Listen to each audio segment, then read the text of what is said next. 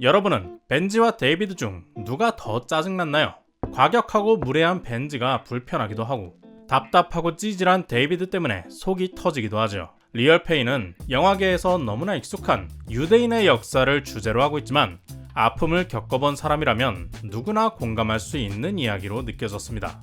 잊어선 안 되는 아픈 과거와 그럼에도 거기에 잠식되면 안 되는 현재의 삶, 그 사이에 아이러니를 담고 있기 때문이죠. 저는 이 두 인물을 한 사람, 한 민족 안에 공존하는 두 가지 자세로 보았는데요. 벤지는 돌아가신 할머니의 부재에 크게 힘들어합니다. 마찬가지로 홀로코스트 역사에 대해서도 매우 격정적이죠. 데이비드는 이성적으로 자신의 삶을 꾸려갑니다. 하지만 그러기 위해 슬픈 과거는 외면해왔고 이에 대한 죄책감을 가지고 있죠. 영화 초반 두 사람의 옷은 빨간색과 파란색이 뒤섞여 있는데요. 빨간색은 흥분, 분노, 기쁨 등 격정적인 감정입니다.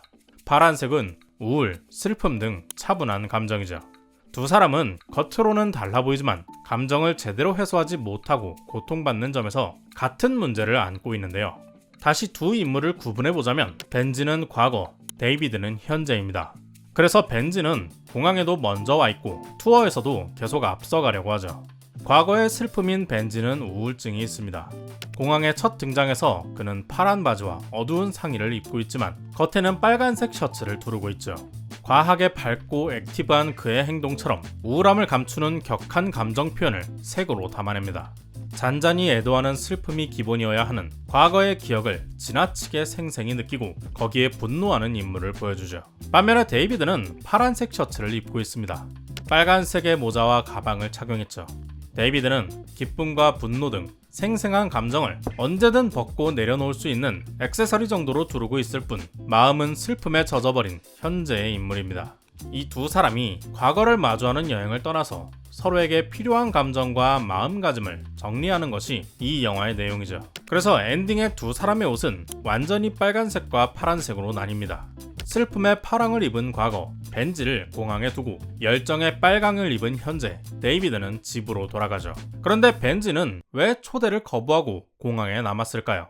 저는 데이비드의 여행 목적이 할머니의 생가를 방문해서 벤지의 슬픔을 모두 거기에 두고 홀가분하게 돌아오는 것이었다고 봅니다. 하지만 정작 방문한 집에는 지금 거주하는 누군가가 있고 과거를 추모하는 행위는 자칫하면 누군가의 현재를 방해하는 일이 돼버리죠. 그래서 둘은 현관 앞에 돌을 다시 주머니에 넣어 돌아옵니다. 감독이자 주연 배우인 제시 아이젠버그는 이 장면에 대해 우리가 현대 사회에서 실현 불가능한 방식으로 과거에 집착하는 것에 대한 극적인 아이러니를 제시하고자 했다고 밝혔습니다. 우리가 과거를 붙잡으려 노력하는 것과 상관없이 시간은 흘러간다는 것을 보여주고 싶었다고 하죠. 그래서 벤지는 공항에 남습니다. 닿을 수 없는 저 먼 폴란드가 아니라 노력만 하면 언제든 닿을 수 있는 곳이죠. 그리고 폴란드에서 들고 온 돌은 데이비드의 집 현관 앞에 놓이는데요. 역사에 대한 기억을 완전히 과거의 장소에 두거나 일상에 지나치게 밀착시키는 것이 아닌 건강하게 거리를 두는 모습을 보여줍니다. 그 전까지 데이비드는 영화 내내 불안하고 안절부절한 모습을 보이죠. 6개월 전 비극적 시도를 했던 벤지가 걱정되고 미안해서 그를 대하는 것이 불편했던 겁니다. 이 사실을 모르는 초반에는 마치 벤지가 일부러 데이비드를 괴롭히는 것 같죠. 그러나 6개월 전의 이야기를 듣고 나면 벤지가 안타까워 보이고 그를 미워하던 관객들은 데이비드의 죄책감을 공유하게 됩니다. 그래서 데이비드의 답답한 행동도 이해할 수 있게 되죠. 이 장면은 역사를 알게 되면 비로소 감정을 이해하게 되는 이치를 경험하게 해준다고 생각합니다. 내면에 억눌렸던 감정을 꺼내어 마주하고 이해하는 과정이죠. 숙소에 도착해 투어가 시작되자 두 사람의 옷은 완전 정반대로 나뉩니다. 완전 파란색의 데이비드는 역사적 슬픔에 잠길 준비를 하고 온통 빨간색인 벤지는 마치 자신의 공간에 온 듯 진심으로 흥분한 상태죠. 함께 투어를 도는 일행들의 의상도 점차적으로 변화하는데요. 뒤로 갈수록 채도가 낮아지고 파란색이 더해지죠. 부부가 함께 온 투어객 중 딱히 슬픔이 없어 보이는 남편만 끝까지 파란색이 없이 일정을 마칩니다.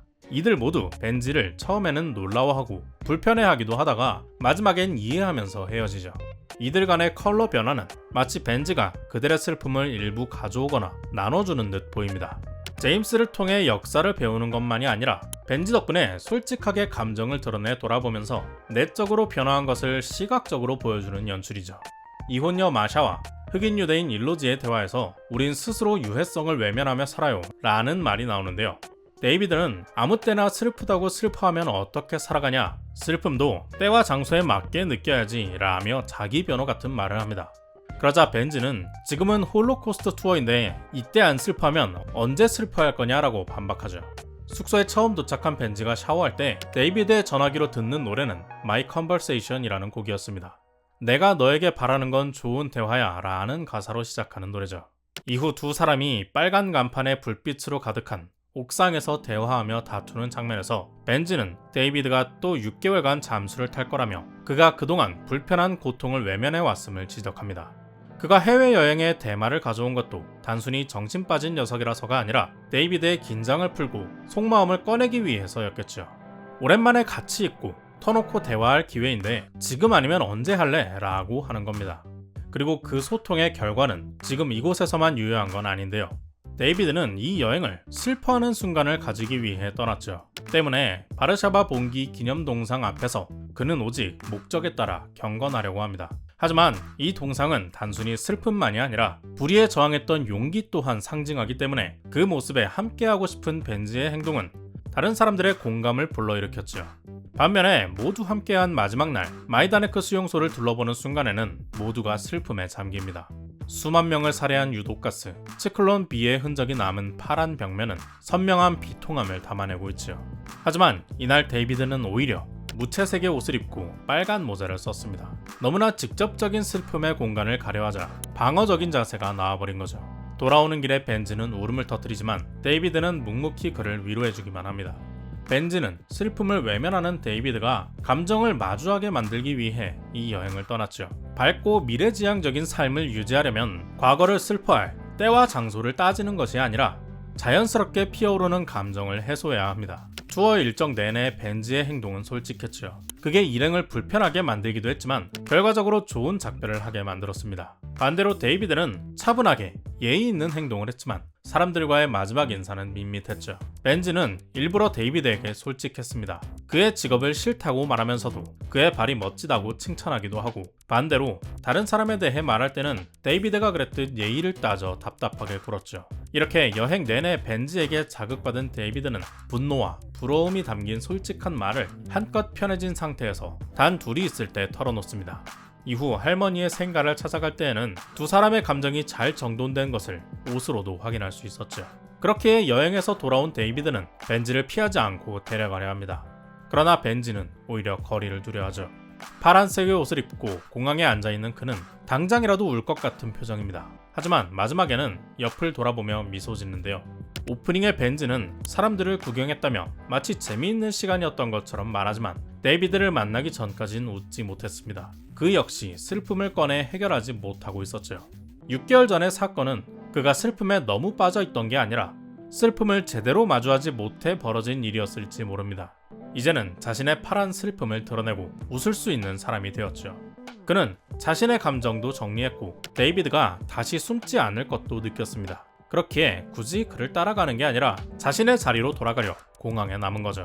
영화 리얼페인은 개인적 과거와 민족적 역사를 섞어 지나간 아픔을 마주하는 자세를 보여줍니다. 집착할 수도 떠나보낼 수도 없는 우리 삶의 일부로 간직하는 자세죠. 한국인이 가진 역사의 슬픔도 저 개인의 괴로운 과거도 어떻게 마주하는 것이 좋을지 고민하게 된 저는 영탁입니다. 여러분의 생각은 어떤가요?